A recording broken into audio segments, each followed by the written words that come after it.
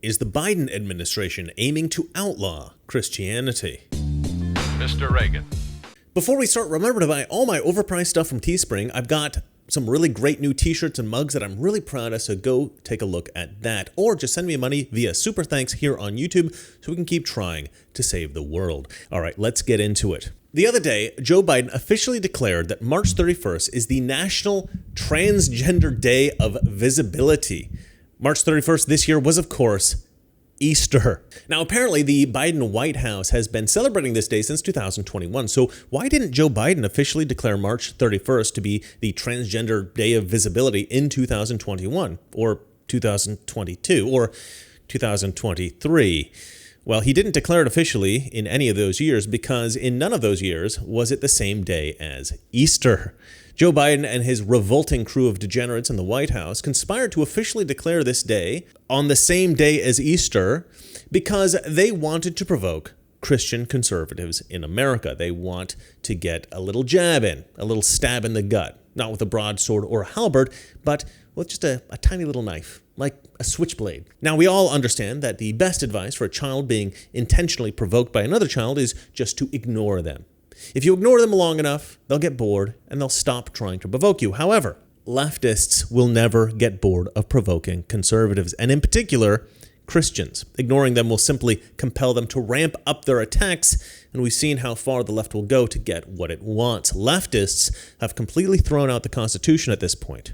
Their corruption has become open and obvious. They openly prosecute January 6 protesters that did nothing wrong. They have openly prosecuted Donald Trump in kangaroo courts multiple times, displaying their corruption boldly before the public. At some point, the woke left decided that there were no longer any rules. They would no longer attempt to even appear to be decent. Sure, the pretense of some level of decency has to be displayed in order to stop some of the more gullible Democrat voters from leaving the party, but beyond that minimum level of apparent decency, they seem to be perfectly willing to display the corruption openly. And what the hell is Transgender Visibility Day anyway? Who in America is unaware of transgender people?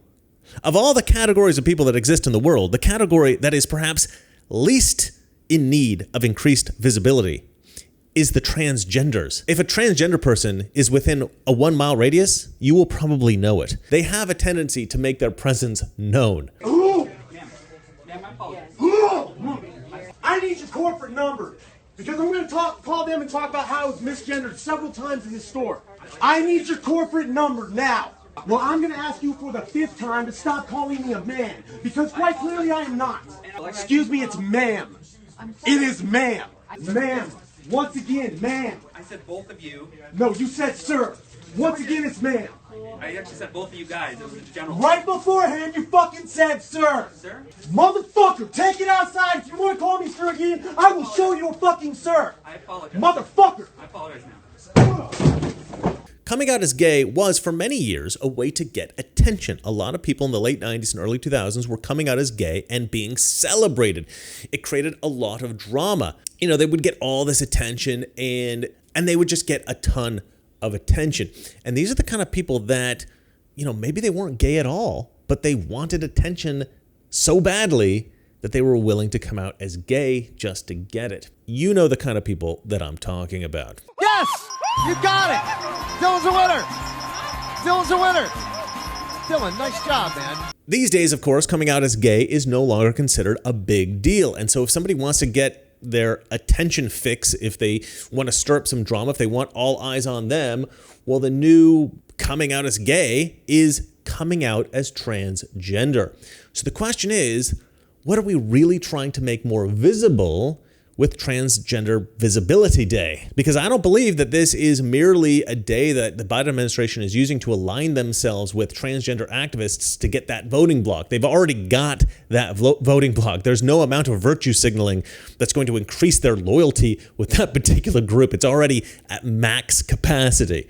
No, I believe that this is part of a broader effort to try to create division in America between the supporters of the LGBTQP community. I always try to include the P because we can't forget about those guys, right? They want to create a division between that group and traditional Christians in America. And this does not just come from the Biden administration. I believe this is an effort that has been developed by people behind the scenes, people that the Biden administration answered to. And this is a particularly sinister effort because the end game for them is to make Christianity not only socially unacceptable, but I believe illegal in America. I will explain all of this in one moment, but first, of course, I have to sell you something. Guys don't really care that much about how we look, and I get that.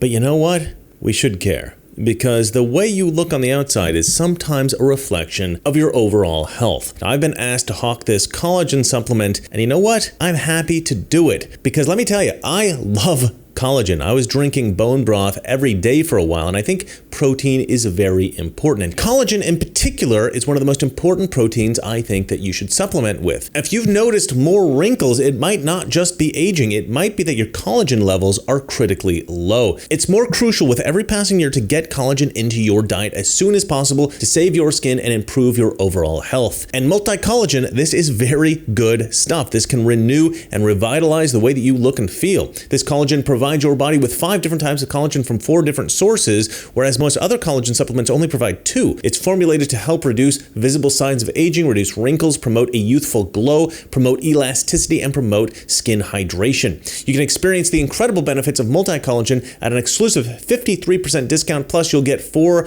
bonuses like free VIP health and fitness coaching for life, a free new ebook titled The 14 Foods for Amazing Skin, a 60-day satisfaction guarantee. 60-day satisfaction guarantee, that means you get your money back if you don't like it, and free shipping. Don't miss out on this incredible opportunity. Go to healthwithreagan.com. Once again, that is healthwithreagan.com. Order some collagen right now. So, is the left trying to make Christianity illegal in America? I think that they are.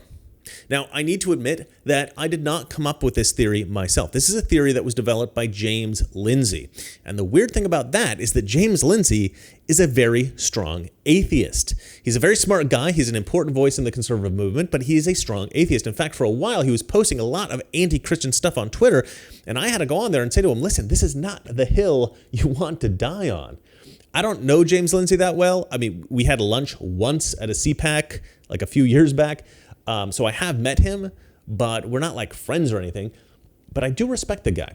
Despite the fact that he's written a lot of things against Christianity, I do respect him because this guy has such a high IQ that he's been able to produce some of the best literature on the woke agenda in the history of this whole concept of wokeness. The best stuff that I've read from anyone, anywhere.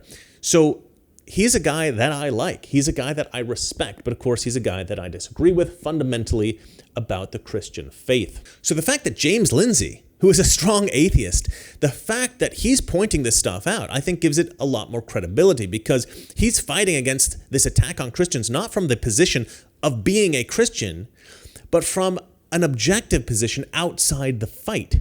He has just about the most objective perspective possible on this issue. Now, I don't know if James Lindsay has specifically stated that the end goal is to make Christianity illegal in America, but I believe that this is implied by what he has written. So let me read here the tweet that he posted the other day. And keep in mind that James Lindsay has done an absolute ton of research on this stuff, and he has actually included citations in the comment section below this tweet as evidence to support his theory. All right, so he posted here on X, he writes, I have a feeling that this is going to go really badly for me, but it has to be said. The dynamic must be explained. Yesterday, on Good Friday, one of the high holy days of the Christian faith, the Biden administration proclaimed Easter Sunday, March 31st, 2024 specifically, to be a trans day of visibility. The official White House press release page shows an Easter bunny by the White House, indicating that they are fully aware that they are making this proclamation specifically about Easter Sunday, even though Easter is not specifically mentioned in the proclamation. This isn't just an insult to the Christian faith, and indeed an intolerable one that proclaims a form of embodied Gnostic theosophy that misleads and destroys kids. I had to look up theosophy, by the way, because I have never heard that term before. And theosophy is actually a very specific kind of cultish thing that existed, I think, like in the early 20th century. But anyway, I digress. It is entirely consistent with woke theosophy, as I've discussed elsewhere and may attach here as a thread, but it is more than that. It is also a deliberate provocation against Christians that must be understood. A key principle of woke activism is your target's reaction is your real action, and that derives from Saul Alinsky in Rules for Radicals and has been codified in the updated activism manual called Beautiful Trouble, and he actually links the manual, the website, down below. Beautiful Trouble. What a pretentious lefty type title for something, right? Yeah, gross. They do these provocations intentionally, as I have discussed at length in the past, as a means of stoking a reaction that they can use to their advantage. On the reactionary side at present, it must be indicated that there are multiple overlapping active measures to drag faithful Christians into reactionary stances. Active measures is, I believe, the old Soviet Union term for like special ops, special operations, covert operations, psyops, that kind of thing. I think basically any kind of like spy operation that you could imagine from a movie, that would be like active measures. Ways to manipulate and infiltrate another country, this kind of thing. Active measures, активные мероприятия in the language of the KGB. One is the prevailing Operation Christian Nationalism, which this same administration is framing as one of the most dangerous threats to democracy in the world today. Another is the more local and specific radicalization attempt during Holy Week that follows the Christian rhetoric of Christ is King, which has been successfully tied to an anti-Semitic trope and active measure meant to drive a wedge between Christians and Jews and Christians and Christians. I have taken tremendous heat for exposing this active measure, as have many others, which is a testament to its status as an active measure. Yeah, it's ridiculous that they have made this into something that you're not allowed to say. Of course, Christians are going to say Christ is King. There's nothing anti-Semitic about that. There's nothing bigoted about that. It's the same thing as saying the Jews are God's chosen people. Jewish people say that all the time. As well, they should say that. That is a major part of their religion. And a major part of our religion is Christ is King. That is what we believe. There's nothing bigoted about that. This provocation, published yesterday, is overwhelmingly likely aiming to feed into those prevailing active measures, ops, meant to drag Christians into a position of fruitful reaction that the regime can use to clamp down on them. Again, Christian reaction is their real action, and we know for certain that Christian circles are deeply infiltrated with a chest-beating and growing radicalism that is being baited toward association with a growing anti-Semitism. I'm not so sure that that's true, actually. I don't know where he got that information, but look, I've not seen it. I've not seen the data, so maybe I'm wrong. Maybe I haven't. Maybe I'm not aware of it. And if I could see that data, maybe I would be aware of it then. You know, I should read more of his stuff probably, but I just don't see a lot of guys who are, what do they call them? Chest-beating radicals. And I certainly have not seen a lot of anti-Semitism in the churches. I have never seen anything like that. Maybe in certain parts of the country? I don't know. I just don't think he's right. Maybe he's right, but I don't see it. Your evil government wants this to happen. They are baiting you into it. Basically, at the end of the day, he's concerned that that Christian Americans will react negatively in exactly the way that the Biden administration wants us to, right? Which is probably not going to happen. I mean, I cannot see that happening at all. I think James Lindsay is a little bit misled as to the extent of the anti-Semitic radicalization that has occurred within the Christian church over the past, I don't know how long, 10, 20, 30, 40 years. I don't think it's there in the same way that he thinks that it's there. I just have never seen it. If you understood Christians really, you would know that this is probably not going to work, this kind of provocation.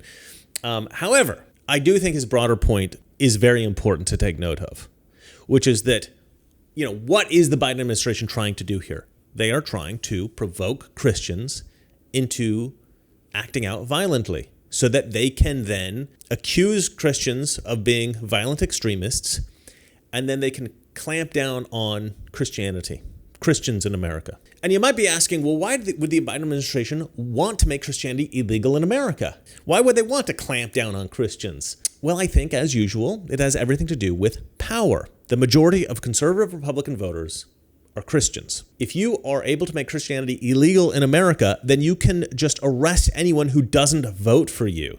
Now, you might be saying, well, we have the freedom of religion in America, so there's no way that they could actually make Christianity illegal. And to those of you who are asking this question, I would say to you, What has this administration done that has led you to believe that they care anything about the Constitution?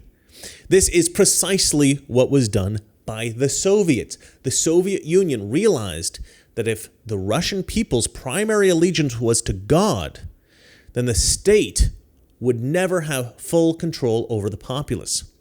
If the state ordered citizens to do something that conflicted with their Christian faith, many Russians, they would not obey this. Certainly, the state could imprison these people, they could kill these people, but it was far easier to coerce them into compliance by relinquishing their allegiance to God and shifting that allegiance to the state.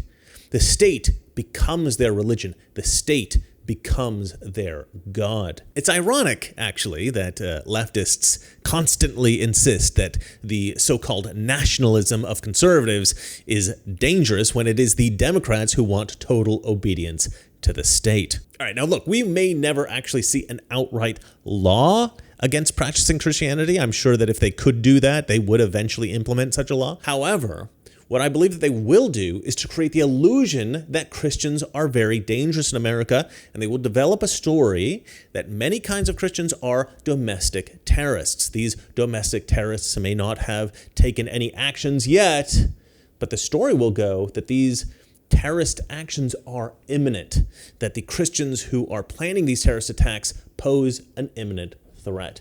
They pose a physical danger to the American populace. And you know what? They have already started creating this illusion. You will remember that recently they went after Catholics, claiming that Catholics were a great terrorist threat. We do not and will not conduct investigations based on anybody's exercise of their constitutionally You protected have done religion. so, and your memo explicitly asks for it. Your memo labels traditional Catholics as racially and ethnically motivated violent extremists in need of investigation. You have a list of churches, a list in the memo. You've repeatedly said we don't target churches, we don't list churches. They're listed in the memo.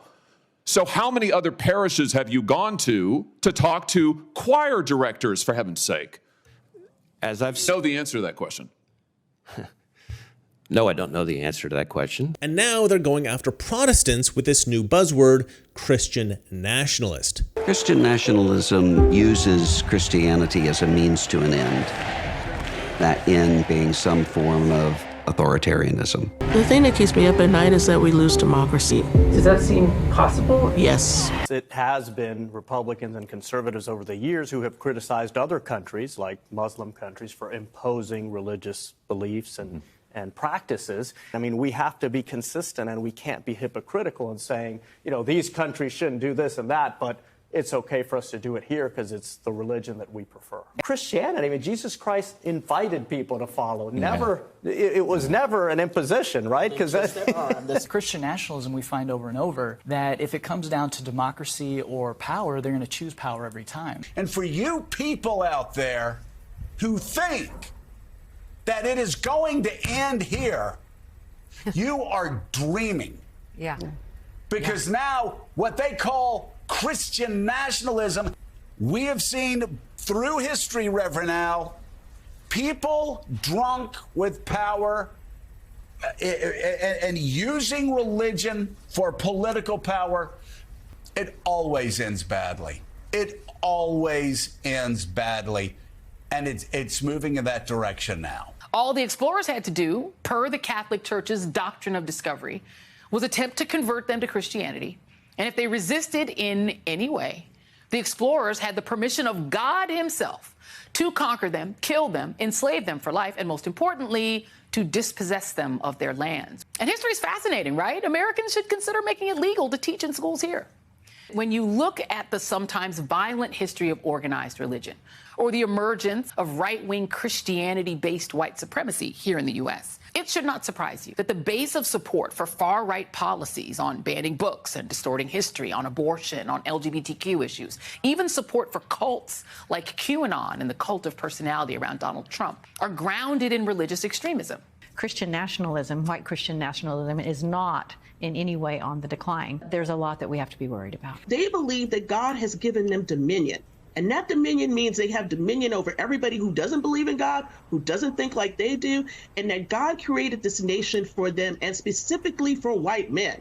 And so I think that's a very important part of what we're seeing here with Christian nationalism. It's also about race. This movement was the foundation for January 6th. They were the moving elements that made January 6th and the insurrection happen. So this plan has already been put into action. And I only think it's a matter of time before Christianity becomes de facto outlawed in America. Again, I don't know if it'll ever become explicitly outlawed, but it will be de facto outlawed if Democrats have their way. And what does this mean exactly? Well, this means that if you go to church, if you declare yourself a Christian in any way, well, this will indicate, or at least they will pretend that this indicates, that you are a potential domestic terror threat, and then that will give the FBI the right to spy on you. It'll give them the right to monitor your phone, to monitor your text messages, to monitor your browser history. They could even monitor your security footage. Say you have a baby monitor in your home, the FBI, the NSA, they could hack into that and they could just watch you. Total surveillance state. And then if by chance there are some people in the FBI or the NSA that are, I don't know, a little corrupt, I know that's a ridiculous idea, but let's pretend that that's a possibility. If not everyone in these agencies are, let's say, good people, right? Then it's a possibility that some of these more nefarious agents, they might try to leverage any kind of scandalous information that they might gather on you. They might try to leverage you with that information. Now, I have discussed the efforts of the Soviets to try to break down the American system of government before in my videos, but it has been a little while, so I think it's worth reviewing. The Soviets used to have a program called Comintern. This stood for Communist International. The purpose of this organization was very specifically to spread communism throughout the world, thereby giving the Soviets more power. The standard method for flipping a country to communism was to create chaos in the country by creating divisions between the lower classes and the upper class. They would create resentment among the poor, and they would create an overwhelming belief that if they could just redistribute the wealth of the rich, that all of the members of society would be better off. This is what happened even fairly recently in Venezuela. However, in the 1920s, the Comintern agency came to the realization that the United States would never be able to be converted using this method. And that is because in the United States, we have always had a robust middle class. There were not very many rich people, and there were relatively few poor people. And most Americans lived in the middle class, and they had a very high quality of life compared to almost everyone else in the world. And in fact, middle-class Americans live better than most rich people throughout the history of the world. And how do you convince those people that their lives are terrible? It's a difficult thing to do. So instead, the communists decided that the best way to create division in America was to create division along racial lines. They realized that there was a racial tension between black Americans and white Americans, and they realized that many white Americans actually supported these black Americans, and so they decided that they would amplify any kind of injustice against black Americans that they thought that they could exploit. And this, as we have seen, has worked very well. Leftists have been working very hard for decades to convince black Americans that anything bad that happens in their lives is due to the evil white man, and in particular, the straight white male Republican. And here's the thing. A lot of these strategies to divide America based on race, to create a culture of immorality, to eradicate Christianity from the culture, a lot of these strategies have been in place for 100 years. The communists, they understood that regime change was not always something that could happen overnight. They understood that sometimes you need a strategy that would be a 20-year strategy, or a 50-year strategy, or a 100-year strategy. And even though the Soviet Union was toppled by Ronald Reagan in the 1980s, and I know people are going to jump in the comment section and say that's not true, I don't care. Even though Ronald Reagan single-handedly destroyed Soviet communism in the 1980s, their long-term efforts are still ongoing today. They may not be advanced by the agents of the Soviet Union anymore. The baton has been passed to the selfish degenerates in the deep state that would, if they could, take full control over the United States of America ad infinitum. Ideological subversion is a slow process which we call either ideological subversion or active measures, активные мероприятия in the language of the KGB, or psychological warfare. What it basically means is to change the perception of reality of every American to such an extent that despite of the abundance of information, no one is able to come to sensible conclusions in the interests of defending themselves, their families, their community, and their country. It's a great brainwashing process which goes very slow, and it's divided in 4 basic stages. The first one being demoralization. It takes from 15 to 20 years to demoralize a nation. Why that many years? Because this is the minimum number of years which requires to educate 1 generation of students in the country of your enemy, exposed to the ideology of the enemy. In other words, Marxism-Leninism ideology is being pumped into the soft heads of at least 3 generations of American students without being challenged or counterbalanced by the basic values of Americanism, American patriotism. The result you can see. Most of the people who graduated in the 60s, dropouts or half-baked intellectuals, are now occupying the positions of power in the government, civil service, business, mass media, educational system. You are stuck with them. You cannot get rid of them. They are contaminated. They are programmed to think and react to certain stimuli in a certain pattern. You cannot change their mind, even if you expose them to authentic information, even if you prove that white is white and black is black. You still cannot change the basic perception and the logic of behavior. In other words, these people, the process of demoralization is complete and irreversible. To get rid society of these people, you need another 20 or 15 years to educate a new generation of patriotically minded and common sense people who would be acting in favor and in the interests of the United States society. The demoralization process in the United States is basically completed already.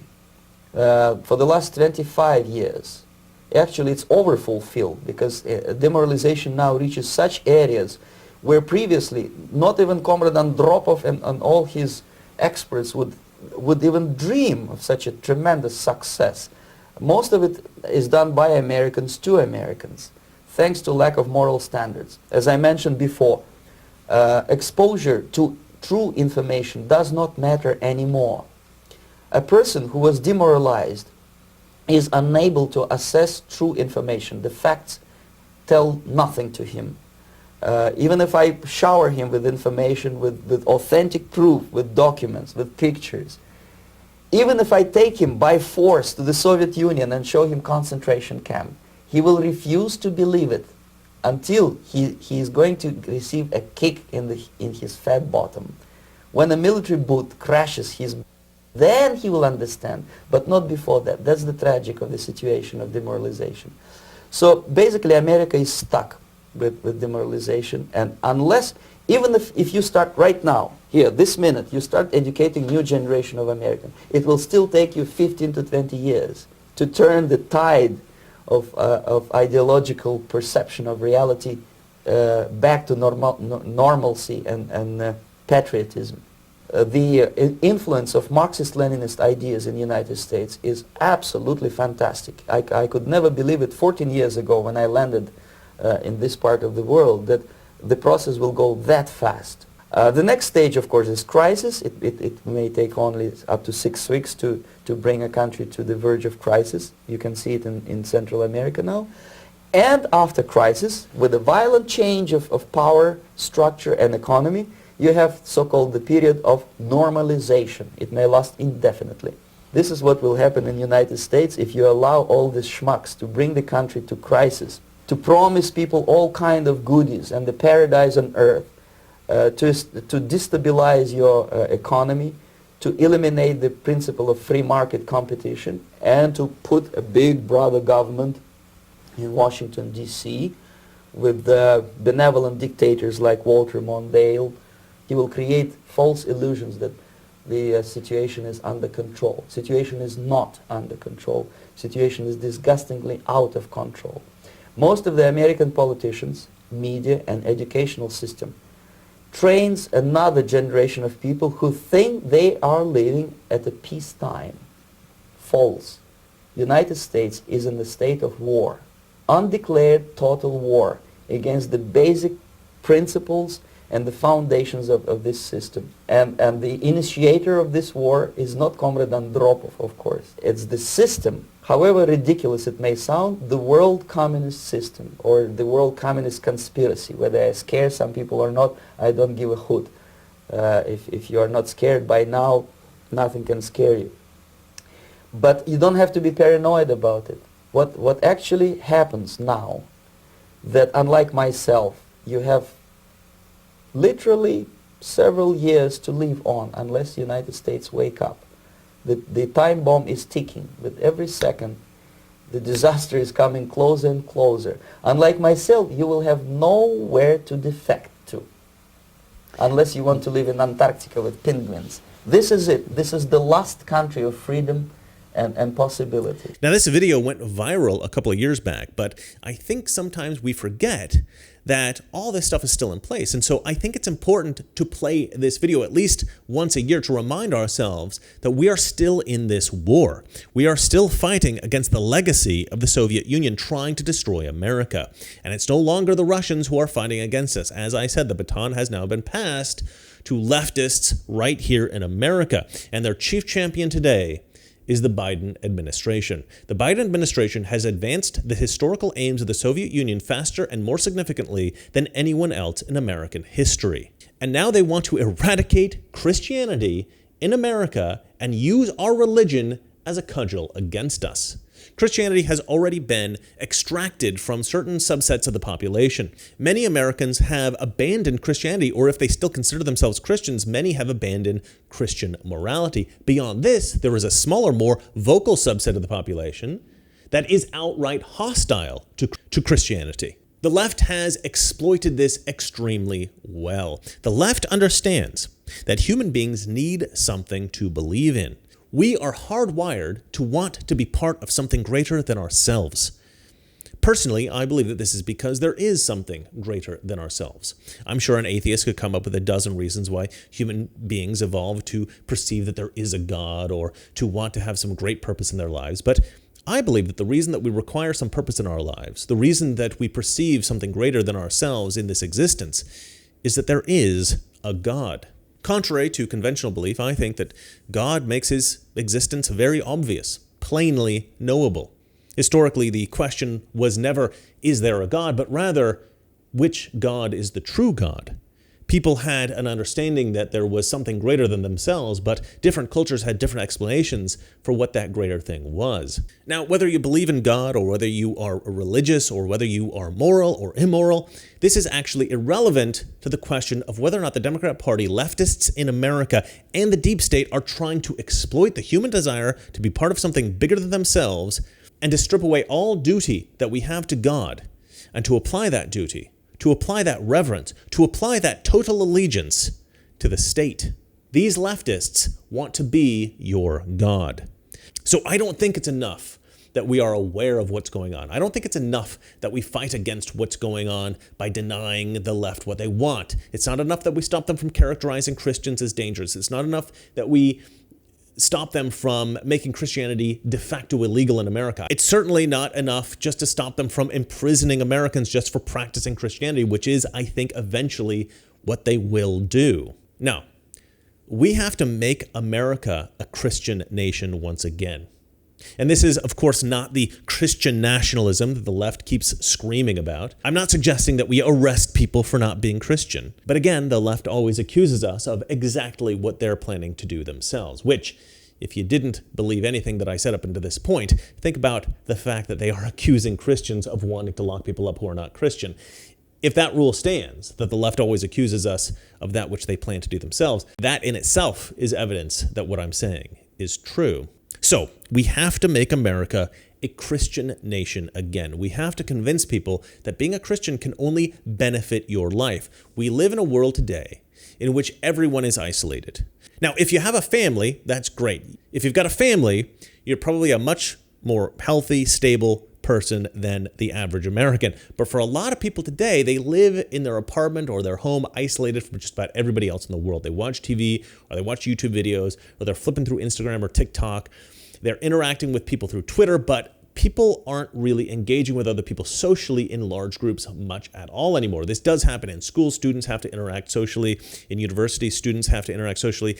Also, I think this is why people prefer to work for major corporations, because then they get that office environment. You get that social interaction. If you've got a very successful company, they'll usually pay for company activities in which you'll be forced to socialize in a broader way with people outside your immediate office sometimes. So in that way, I understand the allure of the corporate job in America. So look, we do still have some socializing that goes on within our culture, which I think is a good thing. However, the loss of the church as a fundamental social gathering place in America, I think is a great tragedy.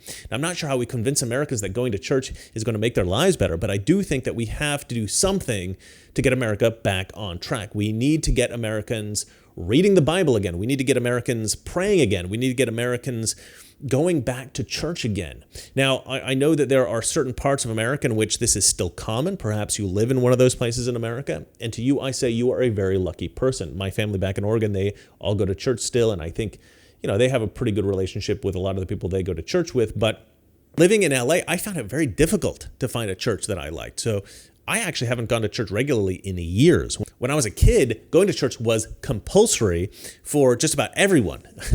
I once saw a comedian make a joke about a husband pretending that he was sick so that he could stay home from church and watch football, whilst the rest of the family took the station wagon and attended the Sunday service. 30 years ago, the thought of skipping church for something as trivial as watching football would have seemed shocking to most people.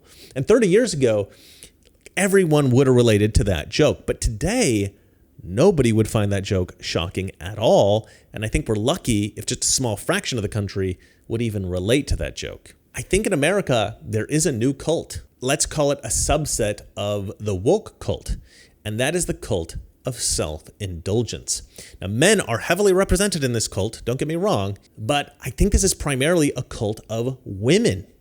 And, you can usually spot it because they use the expression, taking care of yourself or something along those lines. There's this idea with American women today that they have to take care of themselves all the time, take time for themselves. They come first.